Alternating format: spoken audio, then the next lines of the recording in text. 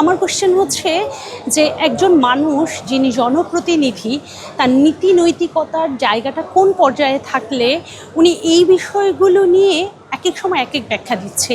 উনি বিষয়টা নিয়ে নিজেও ক্লিয়ার না, আসলে উনি কি বলবে। একবার উনি বলছে যে উনি আর কখনো এখানে আসেনি, দ্বিতীয় উনি বলছে যে ওনার ড্রাইভার এনেছে, থার্ড উনি বলছে যে উনি এমনিতেই এসেছে, আবার উনি বলছে যে উনি লাস্টলি বলছে যে এটা ওনার সেকেন্ড ওয়াইফ, এবং ওনার কর্মীরা বলছে এটা এআই সৃষ্টি। শিয়া বাটার ও ভিটামিনে সমৃদ্ধ লিলি বিউটি সোপ, তারুণ্যময় উজ্জ্বল ত্বকের জন্য। এবং ওনার এই যে বলার মধ্যে যে কোনো বোল্ডনেস, যে নিজেকে যাচাই করার জন্য এবং নিজেকে প্রমাণ করার জন্য যে একটা বোল্ডনেস, সেই জিনিসটা কিন্তু নাই। এবং সবচেয়ে দুঃখের ব্যাপার হচ্ছে আগে দেখলাম কি উনি বিভিন্ন ফতোয়া দিচ্ছে পর্দা নিয়ে কীভাবে চলতে হবে। তাহলে আমার কথা হচ্ছে আমার যে নৈতিক যে বিষয় সেটা আমি নিজে মেনটেন করতে না পেরে অন্যকে আমি ফতোয়া দিয়ে যাচ্ছি, এবং সমাজে জনপ্রতিনিধি হওয়ার পর আমি মানুষের প্রতি ভুল মেসেজ দিচ্ছি, আমি নিজেকে ভুলভাবে রিপ্রেজেন্ট করছি। আমাদের মেয়েরা কোথায় নিরাপদ? আমাদের মেয়েরা এই ধরনের সংসদ সদস্যদের কাছেও তো নিরাপদ না।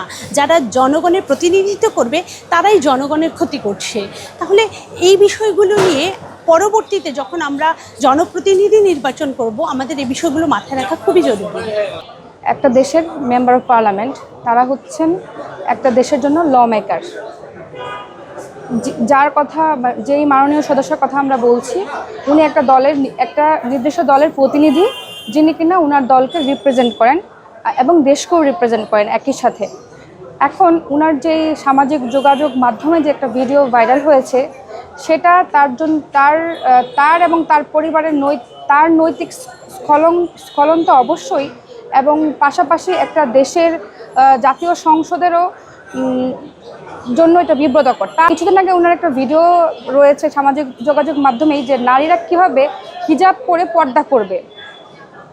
তাহলে উনি একটাতে বললো হিজাব পরে কীভাবে পর্দা করবে, এবং সামাজিক যোগাযোগ মাধ্যমে যে একটা কন্ট্রাডিক্টরি একটা ভিডিও ভাইরাল হলো। দুটা কিন্তু এটা ডাবল স্ট্যান্ডার্ড বা দ্বিচারিতা।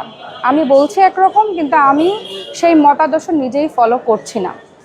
সামাজিক যোগাযোগ মাধ্যমে কিন্তু আমরা একটা বায়োডাটাও দেখতে পাই, সেখানে কিন্তু দেখা যায় যে মেয়েটার অবিবাহিত লেখা আছে, এবং ডেটের আপনার দেখতে পাবেন ডেটের ক্ষেত্রেও একটা পার্থক্য রয়েছে। যে ক্ষেত্রে উনি চাকরির প্রত্যাশী, যে এটাই দ্বিচারিতা, যে বলতেছে ওয়াইফ, আবার এখানে একটা চাকরির প্রত্যাশী।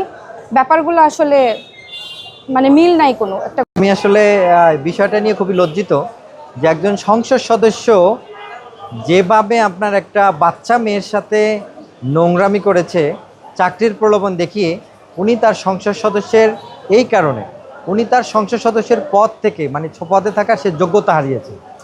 শুধুমাত্র তার একটা অপরাধ না, আপনারা দেখবেন যে এই সংসদ সদস্য গাজী নজরুল ইসলাম সাহেব, জামাতের প্রার্থী। আমরা জামাতকে সবসময় মুনাফিক এবং ভণ্ড বলি। ল্যাংটা সুলেমান বাবার একটা গান শুনতাম যে তারা আসলে ওই মাজারে এক ভক্ত থাকে, ভণ্ডর মতন করে, আর আপনার বাহিরে তাদের আরেক রূপ। তো সুতরাং তাদের ভিতরে একটা রূপ, তাদের বাহিরে একটা রূপ। তাদের লোভ লালসায় আমাদের এই বাচ্চারা চাকরির প্রলোভন সহ বিভিন্ন ফাঁদে পড়ে যাচ্ছে। একজন সংসদ সদস্য হয়ে তিনি যে লোভ লালসায় যে কর্ম করেছে, তিনি এই সংসদ সদস্যে পদে থাকা তার যোগ্যতা হারিয়েছেন। আমি আমাদের সংসদের অভিভাবক স্পিকারের কাছে আমি দাবি করব, এই যে সংসদ সদস্য যিনি এতটা অপকর্মের সাথে জড়িত হয়ে গেছেন, তার অপকর্মের জন্য তাকে এই সংসদ সদস্য তার বিরুদ্ধে ব্যবস্থা নেওয়া হোক। জামাতের এমপি গাজী নজরুল ইসলাম সাহেবকে তার অসদাচরণের জন্য, নৈতিক স্খলনতা অপরাধের জন্য জামাত ইসলাম থেকে তাকে বহিষ্কার করা হয়েছে। আসলে বিষয়টি বহিষ্কার করলো, এটা জনমনে একটা সন্দেহ সৃষ্টি করেছে। জামাত ইসলামীদেরকে সৎলোক দাবি করে এখন তাদের যে এই ঘটনাগুলো পাবলিকের মনে, জনগণের মনে একটা তাদের বিষয়ে ভিন্ন ধরনের ধারণা পোষণ করতেছে। তো জামাত ইসলামের সংসদ সদস্য নজরুল ইসলাম সাহেব, উনি সংসদ সদস্য হলেও এখানে সংসদ এর 365 জন সদস্যদের ভাবমূর্তি ক্ষুণ্ণ করেছেন, এবং স্পিকারকে বলবো তার বিষয়ে ওনাকে সংসদে ডেকে এনে ব্যক্তিগত কৈফিয়ত তলব করার জন্য।